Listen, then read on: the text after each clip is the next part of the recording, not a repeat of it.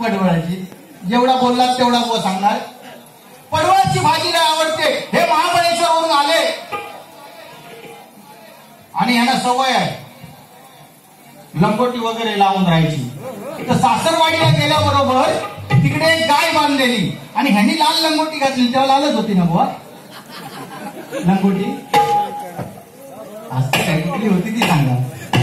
तर लाल लंगोटी लावल्याबरोबर ती गाय होती ना, ती लाल कलर बघितल्याबरोबर भुजायची आणि भुजलीनी ह्यांच्या ज्या अंगावर आली लंगोटीमध्ये शिंग टाकलं आणि ह्याला उपडी नेऊन त्या पडवळाच्या मांडवावर टाकला.